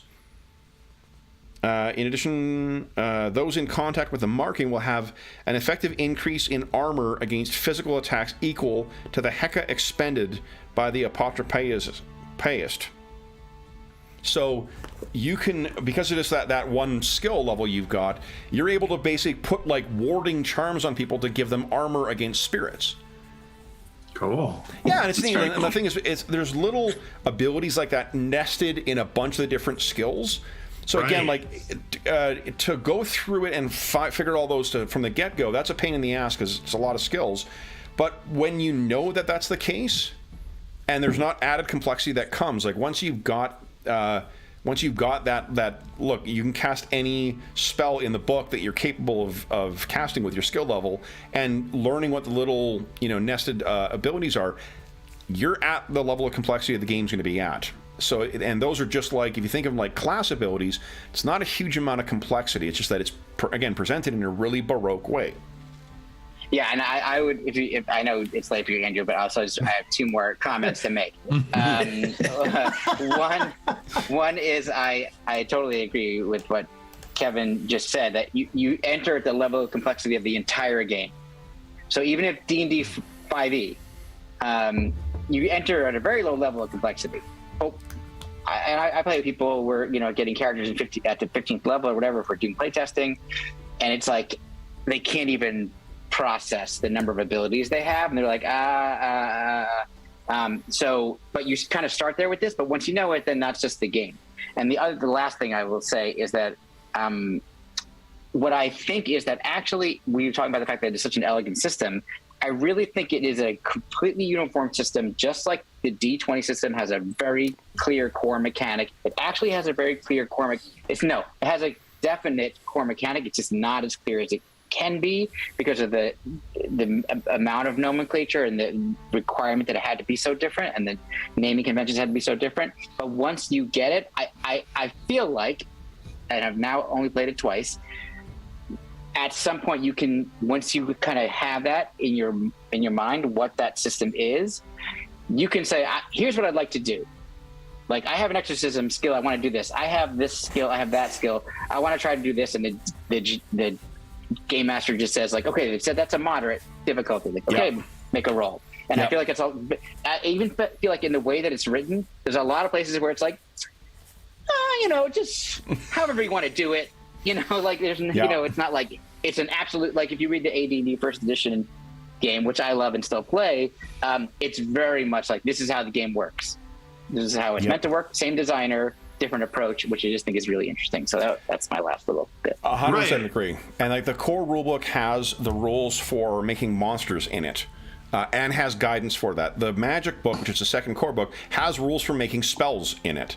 Has extensive rules for making magic items. So like having everything there and ready to go as well, like for a DM who used to run a lot of GURPS, which is very simulationist and very realistic, but it really is cumbersome to deal with in its timing and whatever else too, and also someone who loves AD&D and Pathfinder and those more the D&D influenced games, I had a suspicion that this was sort of in the middle, and like the more I get into it, the more I'm like, this is I agree with all the challenges that are associated with mastering the game or learning the game, but like I really feel like there's a fucking good game there at its core that would especially reward long-term play that is very very modern in the sense of character focused. Right, like the complaints people have about D&D 5 is impossible to die. Setting aside the validity of those complaints, I love that these are heroic personas, but like it's fucking dangerous out there, guys. You better keep an eye on that Heka or the Joss.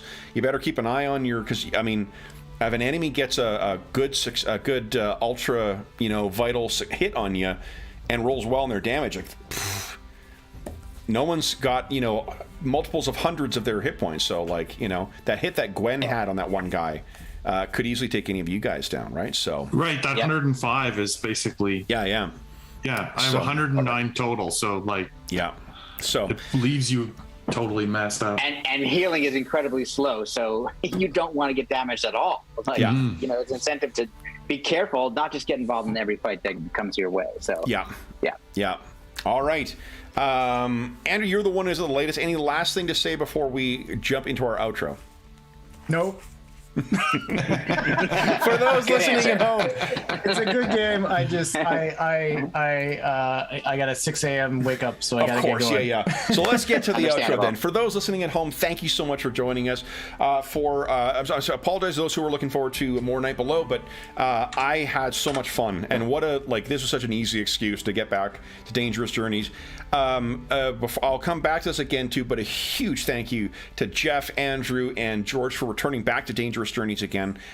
George was he shared my this is a bee in his bonnet as well too, so it was an easier sell for him. But Jeff and Andrew, thank you so much for giving a go for a game that you guys had no experience with whatsoever on such a short notice. And I'm sorry to Steve, I'm so sorry that I didn't have a character. First thing I'm going to do when I get off is going to make sure I've got a character that is loaded for you, ready to go for next time. For those listening at home, thank you so much for joining us. If you have any comments, questions, or concerns regarding Dangerous Journeys or the session we played, please don't hesitate to leave a comment in the comment section of the video, and I'll endeavor to reply in a timely fashion. You can also find a link down below to the Dungeon Musings Discord server where all of us are active. I don't have a channel dedicated to Dangerous Journeys yet. I feel like that's a third session kind of thing to do, but I have cleared space for it, so we'll have to see. In addition, you can find, but on there's channels dedicated to every other game we run on the channel, as well as a bunch of other random channels. I'll be discussing Dangerous Journeys on the Assorted Games channel as well. You can also find me on Twitter at Dungeon Musings. You can find me by email. My email address is dungeonmusings@gmail.com. Now, I have been slowly building up a stockpile of these books for our players. I started that before we started running on the channel, but if you are interested in tracking down copies yourself, down below there is a link to our friends at Noble Knight Games. Noble Knight Games is a really terrific vendor for out of print or hard to find games. They have very generously offered us a discount code, so if you are making a purchase through their website of $10 or more, be sure to enter the discount code Dungeon Muser at checkout, and you will save yourself 10% on your purchase, and that stacks with any sale they have going on as well. So you get a chance to save yourself some money on some really cool, if Dangerous Journeys is not your thing, they also sell a bunch of other stuff, but They are I filled many of my collections so far, thanks to them. So we are greatly appreciative of them giving us that discount code to share with you folks. In addition, down below there's a discount, a link to something called Heroes Save Villages. That's the charity fundraising campaign we run on the channel. It benefits the SOS Children's Villages International Charity, a really great organization, active in over 130 countries, benefiting over 80,000 orphaned and abandoned children, including emergency relief efforts in Ukraine right now. All money that is donated through that link goes directly to SOS Children's Villages International. None of it goes to the channel. None of it goes to any other middleman. It just goes to benefit the kids who benefit from SOS Children's Villages International's activities. And as a small way of saying thank you, for every $25 donated, we will be you'll have a chance to win the grand prize or one of the other great prizes in our next charity raffle. The next charity raffle will be on June 1st. My birthday, so I'll celebrate another passage around Earth, or is it Earth? No, it's Earth. And we'll celebrate that by doing a draw. The grand prize is a copy of the Wild Beyond the Witchlight Platinum Edition box set from our friends at Beetle and Grimm's Pandemonium Warehouse, a really amazing deluxe set that has all the adventure in there, plus a ton of extra handouts and maps and extra encounters and miniatures and wings and like stuffed figures, and it's just an absolutely amazing product. Their platinum boxes are nuts, and we greatly appreciate them donating one as our grand prize. We also have as other prizes a chainmail dice bag made by our resident armorsmith Dave. Jeff has very generously donated a full set of the new Iron Kingdoms 5th edition RPG stuff, so there's a bunch of books from there. We also have some prizes from the Dungeon Musings Redbubble shop, and I got a couple things that I'm probably going to kick in as well too, but I'm not going to announce them just yet. I'll announce them a little later. And as well, I will say that given the continued war in Ukraine too, I know that we've heard from some viewers who are there, so our thoughts and best wishes are with you for safety, for strength, and for a quick end to this conflict, and for those who are protesting in Russia. Though that seems to be dwindling down now because of the clampdown, our thoughts are with anyone who's in Russia and taking a stand against this war as well. That is no small activity. The last thing I will circle back to is, of course, a huge thank you to our players. Andrew, who is staying up to ungodly hours to play a game he didn't even know about 3 hours ago. Jeffrey, who, well, I mean, you'll always jump in on a new game. And George was waiting to play this game again because he got the new book. So, in order, guys, thank you so much for playing this tonight. I had so much fun, and I felt like I really learned more from the session as well. So, thanks very much, guys. And for those listening at home, we hope that we gave you a couple of hours to take your mind off of the troubles of our world and think about the troubles that our heroes on Earth are getting up to on a semi-sporadic basis. And until we see you again, stay safe, stay healthy, and happy gaming.